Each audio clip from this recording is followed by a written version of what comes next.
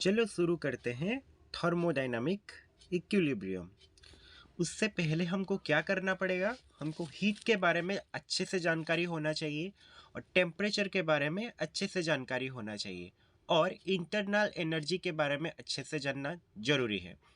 तो पहले शुरू करते हैं इंटरनल एनर्जी से। इंटरनल एनर्जी को हम ऐसे डिस्क्राइब कर सकते हैं जैसे कि हमारे अंदर छुपा हुआ एनर्जी।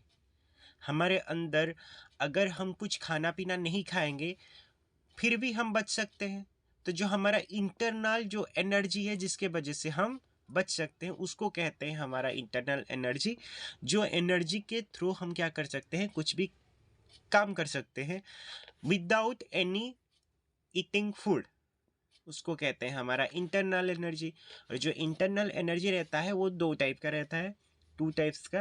वन होता है kinetic internal energy and internal potential energy. Internal kinetic energy जो होता है हमारे बॉडी हो या किसी भी ऑब्जेक्ट का हो, उसका जो मॉलिक्यूल्स होता है, उसका जो एटम्स होते हैं, उसका मोशन के लिए वो हेल्प करता है। और सेकेंडली जो पोटेंशियल एनर्जी है, हम वही वस्तु के बारे में या वही ऑब्जेक्ट के बारे में उसका कन्फ्यूग्रेशन जान सकते हैं। कन्फ्यूग्रेशन का मतलब ये है कि शेप और साइज और हाइट, डिस्टेंस, ये सब जान सकते हैं। ये हो गया इंटरनल एनर्जी। उसके बाद आया हीट। हीट एक फॉर्म ऑफ एनर्जी है जो ओनली ट्रांजिशन स्टेट में रहता है, उसको कहते हैं इन हीट। और वही जो हीट होता है उसको कह सकते हैं heat is a form of energy which only in the transit state. उसके बाद आ गया वो जो ट्रांजिट स्टेट होता है, वो जो ट्रांजिट स्टेट में जो एनर्जी होता है उसको तो हम जान गए कि वो हीट कहलाता है। पर प्रॉब्लम यही है तो वो कितना हीटेड है उसको कैलकुलेट करने के लिए एक थर्मोडायनामिक पैरामीटर यूज करते हैं जिसको कहते हैं टेम्परेचर। हम क्या कर सकते हैं, टेम्परेचर से हमको ये पता चल सकता है कि कोई चीज़ कितना गर्म है और कितना ठंडा है। इसको कहेंगे temperature is defined as degree of hotness and coolness. ये सब चीज़ों के बारे में अच्छे से जानकारी होने के बाद चलो हम आते हैं थर्मोडायनामिक इक्विलिब्रियम के ऊपर। जो थर्मोडायनामिक इक्विलिब्रियम है वो हम कह सकते हैं एक बैलेंस स्टेट। एक बैलेंस स्टेट है जो इक्वल अमाउंट पे डिस्ट्रीब्यूटेड होकर रहा है। और एक चीज़, एक बॉडी थर्मोडायनामिक इक्विलिब्रियम है, उसको हम कब कह सकते हैं, जब वो तीनों जो रहे मैकेनिकल इक्विलिब्रियम, केमिकल इक्विलिब्रियम और थर्मल इक्विलिब्रियम को सेटिस्फाई करेगा, तब हम उसको कहेंगे वो बॉडी हमारा इक्विलिब्रियम स्टेट में है। पहले चलो जानते हैं मैकेनिकल इक्विलिब्रियम क्या होता है। Mechanical equilibrium is defined as there should not be any unbalanced force acting within the system and between the system and its surrounding. इसका मतलब ये है कि चाहे वो सिस्टम के अंदर हो या चाहे सिस्टम और सराउंडिंग के अंदर हो या सराउंडिंग में हो, कोई अनबैलेंस फोर्स एक्टिंग नहीं करता होगा, मतलब बैलेंस्ड फोर्स ही एक्टिंग करता होगा, तब उसको कहेंगे मैकेनिकल इक्विलिब्रियम। हम ये भी कह सकते हैं through out the system pressure उसका कांस्टेंट रहेगा, तब उसको कहेंगे मैकेनिकल इक्विलिब्रियम। उसके बाद आ गया thermal equilibrium. Thermal equilibrium is defined as the temperature of the system should be uniform throughout the system. It should not change with time. इसका मतलब ये है कि पूरा होल सिस्टम में टेम्परेचर हमारा अगर कंस्टेंट रहेगा और होल सिस्टम में क्या रहेगा, टेम्परेचर जो रहेगा वेल डिस्ट्रीब्यूटेड, मतलब कोई भी मॉलिक्यूल्स का वही सिस्टम के अंदर हम कैलकुलेट करना चाहेंगे टेम्परेचर कितना है, सबका टेम्परेचर अगर सेम रहेगा उसको कहेंगे हम थर्मल इक्विलिब्रियम। अच्छे से थर्मोडायनामिक सिस्टम को जानने के बाद और थर्मोडायनामिक इक्विलिब्रियम को जानने के बाद चलो हम देखते हैं कुछ थर्मोडायनामिक प्रोसेसेस जिसके थ्रू हम क्या कर सकते हैं, कुछ भी इवेंट को हम स्टडी कर सकते हैं। ठीक है, तो थर्मोडायनामिक प्रोसेस ये है, हम सिंपल उससे पहले हम क्या किए थे, एक सिस्टम को हम अच्छे से जान गए और वो सिस्टम कब इक्विलिब्रियम में होगा तब उसको हम जान गए। पर प्रोसेसेस ये है कि हम जो सिस्टम है उसको सराउंडिंग के साथ इंटरैक्ट करना चाहेंगे, और वो कब होगा, by the application of heat और डूइंग वर्क। वो जब होगा उसको हम कहेंगे थर्मोडायनामिक प्रोसेस।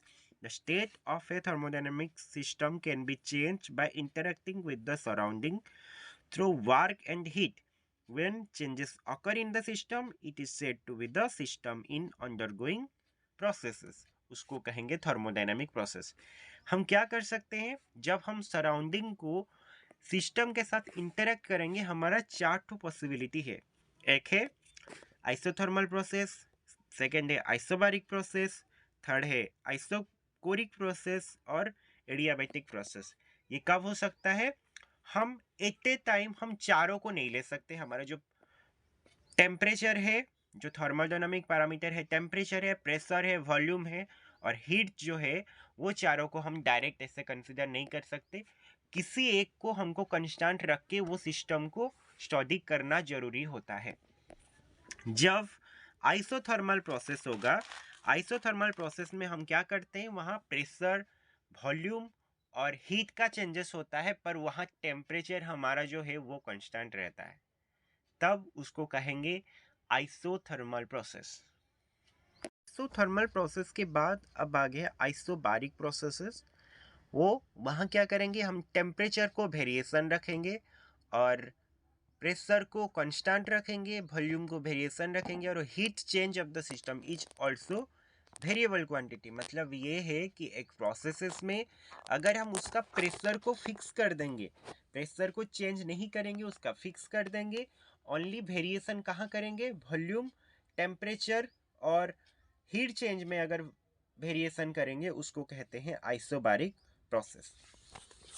उसके बाद आ गया आइसोकोरिक प्रोसेस. आइसोकोरिक प्रोसेस में हम क्या करेंगे? वॉल्यूम को कांस्टेंट रख देंगे. वॉल्यूम को कांस्टेंट रख के हम क्या करेंगे? प्रेशर, टेम्परेचर, जो हीट चेंज है उसको वेरिएशन कर देंगे, उसको चेंज करते रहेंगे. वो एक वन टाइप का स्पेशल टाइप का प्रोसेस हो गया, वो हो गया आइसोबारिक प्रोसेस. उसके बाद हो गया एडियाबैटिक प्रोसेस. मतलब ये है जो हीट सप्लाइड, जो एनर्जी हमको बाहर से मिल रहा है वो सिस्टम को, उसको हम फिक्स कर देंगे और उसका प्रेशर, टेम्परेचर और वॉल्यूम को उसको वेरिएशन रख देंगे. अगर ये वेरिएशन हो जाएगा तब क्या होता है? Heat changes of the system, उसको कहते हैं, जो प्रोसेस अकर होगा उसको कहते हैं एडियाबैटिक प्रोसेस. जहां पर क्या करते हैं? Total heat content in the system is remain constant. जो बाहर से हीट अप्लाई करेंगे वो सिस्टम को, वो फिक्स कर देंगे, वो वेरिएशन नहीं रखेंगे. तो तब क्या होगा? टेम्परेचर और वेरिएशन को, वो जो प्रोसेस अकर होगा उसको कहते हैं हमारा एडियाबैटिक प्रोसेस. हमको सब पता चल गया कि हीट क्या होता है, टेम्परेचर क्या होता है, थर्मोडायनामिक प्रोसेस क्या होता है, थर्मोडायनामिक इक्विलिब्रियम क्या होता है. अब सब क्या करेंगे? जो जो चीज़ हमको पता चल गया उसको अप्लाई करके देखते हैं रियल लाइफ में क्या कुछ चेंजेस होता है. वो जो एप्लीकेशन है सब चीज़ को जानने के बाद, उसको कहते हैं first law of thermodynamics. First law of thermodynamics में ये बताया गया कि क्या करेंगे हम? एक सिस्टम को अगर एक्सटर्नल हीट सप्लाइड करेंगे, बाहर से हम क्या करेंगे? एक सिस्टम को बाहर से सप्लाई करेंगे हीट, तो क्या होगा? जो क्या होगा का आंसर किसने दिया? First law of thermodynamics. और ये फर्स्ट लॉ में यही बताया गया कि हम अगर एक सिस्टम को बाहर से हीट सप्लाई करेंगे तो उसका क्या चेंजेस होगा, उसको देखते हैं. The first law of thermodynamics state that the quantity of heat absorbed when some amount of heat given to the system that capable of doing external work is equal to the sum of increase in the internal energy of the system due to rise in temperature and external work done due to expansion. ये बताया गया कि हम अगर बाहर से कोई भी सिस्टम को हीट सप्लाई करेंगे, उसका जो हीट सप्लाई होगा वो दो फॉर्म में वो यूज करेंगे. वन, वो सिस्टम का इंटरनल एनर्जी को रेज करने में.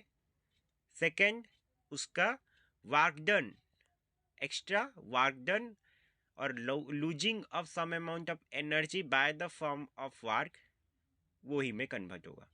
तो ये हो गया जो हम सप्लाई करेंगे हीट एक भी सिस्टम को, वो दोनों को सम करके मिलेगा हमको एक internal energy increasing and second one is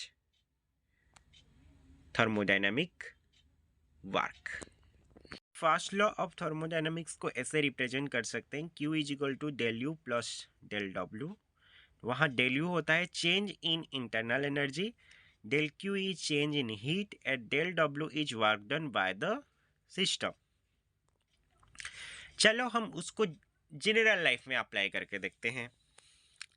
हम क्या किए, एक कंटेनर ले गए और वो कंटेनर में क्या किए, गैस मॉलिक्यूल ले लिए। और वो गैस मॉलिक्यूल कैसे बाहर नहीं जा सकता, उसको प्रेस, सिंपल बहुत कम अमाउंट का प्रेशर में हम क्या किए, एक पिस्टन लगा दिए और वो पिस्टन को प्रेस कर दिए। और वो पिस्टन क्या होता है, एक बहुत हल्का मटेरियल होता है जिसका बहुत वेट, मास और वेट बहुत हल्का होता है, जिसको सिंपल गैस हमको उसको ढकेल सकता है। तो क्या किए, एक कंटेनर लिए और कंटेनर में बहुत सारे गैस मॉलिक्यूल लिए और उसको क्या किए, वो पिस्टन को प्रेस करके रख दिए। तो क्या होगा, जब ये गैस मॉलिक्यूल बाहर से हीट सप्लाई करेंगे, ये जो गैस मॉलिक्यूल रहा, वो गैस मॉलिक्यूल क्या करेंगे, उनका एनर्जी बढ़ जाएगा, इंटरनल जो एनर्जी है उनका बढ़ जाएगा। वो क्या करेंगे, वो एक्सपांड होना चाहेंगे, वो क्या करेंगे, मूव करना स्टार्ट कर देंगे। जब अगर मूव करेंगे तो क्या होगा, वो मूव करने के बाद क्या होगा, वो जो पिस्टन, तो जो हम बताए कि वो बहुत हल्का होता है, तो वो क्या किया, पिस्टन को ढकेल दिया। जो पिस्टन को ढकेल देगा तो कुछ तो काम हुआ ना, वो हो गया वर्क डन। और क्या हुआ, हीट जब हम अप्लाई किए थे उसके वजह से इन लोगों का जो गैसियस मॉलिक्यूल्स का है उसका क्या हो जाएगा, एनर्जी बढ़ जाएगा, इंटरनल एनर्जी बढ़ जाएगा। और इसमें हम फाइनली ये देखें कि जब हम एक ये सिस्टम को हम अगर बाहर से सप्लाई करेंगे हीट, तो क्या हो रहा है, उसका एक पिस्टन को मूव करने के लिए एक वर्क भी हो रहा है, और वो जो गैसियस मॉलिक्यूल का एनर्जी बढ़ने के लिए वो भी बढ़ रहा है। और यहाँ क्या हुआ, जो हीट हुआ दो फॉर्म ऑफ एनर्जी में कन्वर्ट हो गया, वो हो गया इंटरनल एनर्जी और एनर्जी एक्सटर्नल वर्क। हमको ये पता चल गया कि फास्ट लॉ में क्या होता है, हीट चेंज करने से कोई भी सिस्टम का क्या होता है, कैसे इंटरनल एनर्जी बढ़ता है, कैसे पिस्टन मूव करके उसका क्या होता है, पिस्टन मूव करके उसका एक्सटर्नल वर्क डन होता है, ये हमको पता चल गया। और हमको फाइनली एक अच्छा जो बेस है हमारा थर्मोडायनामिक्स का ए लॉ मिल गया, जिसको कहते हैं फास्ट लॉ ऑफ थर्मोडायनामिक्स, जिसमें Q is equal to u plus डब्ल्यू का फॉर्म में मिल गया। तो ये जो फास्ट लॉ है ये क्यों इतना इम्पोर्टेंट है, क्यों इतना इम्पोर्टेंट है, चलो देखते हैं। फर्स्ट, इनका मेन मुद्दा क्या है, क्यों इसको इतना ज़्यादा इम्पोर्टेंस दिया जाता है। First, that give the relationship between heat and work is establishes. जो हीट है, वर्क है, वो कोई भी नहीं है, वो एक इंटरडिपेंडेंट चीज़ है। हीट बढ़ेगा, वर्क बढ़ेगा, वर्क घटेगा, हीट कम होगा। वो जो एक अच्छा रिलेशन है जो हीट और वार का, वो हमको मिल गया फास्ट लॉ ऑफ थर्मोडायनामिक्स में। उसके बाद ये पता चल गया कि जो एनर्जी कोई भी सिस्टम जितना गेन कर रहा है उतना लूज भी कर रहा है। यहाँ क्या होगा, ये सिस्टम में फास्ट लॉ में जितना हीट वो लेगा उतना ही हीट को वो कन्वर्ट करेगा वर्क और इंटरनल एनर्जी में। Heat losing is equal to heat gaining, ये हो गया। उसके बाद both work and heat is equivalent to each other, ये पता चल गया कि हीट और वर्क जो है वो equivalent to each other, not equal to, equivalent to each other, both are interdependent on each other. उसके बाद the energy is constant for isolated system, कोई भी जो आइसोलेटेड सिस्टम है वहाँ एनर्जी कांस्टेंट रहता है। आइसोलेटेड सिस्टम का मतलब ये होता है कि वो सिस्टम के ऊपर बाहर से कोई भी फैक्टर अफेक्ट नहीं कर रहा है। एक स्टेशनरी सिस्टम है जहाँ बाहर से कोई भी फोर्स हो या कोई भी फैक्टर हो उसको अफेक्ट नहीं कर रहा है, आइसोलेटेड सिस्टम कहते हैं उसको। Conservation of energy is stated by the fast law, जो कंजर्वेशन एनर्जी लॉ है वो अच्छे से हम फास्ट लॉ ऑफ थर्मोडायनामिक्स से समझा सकते हैं।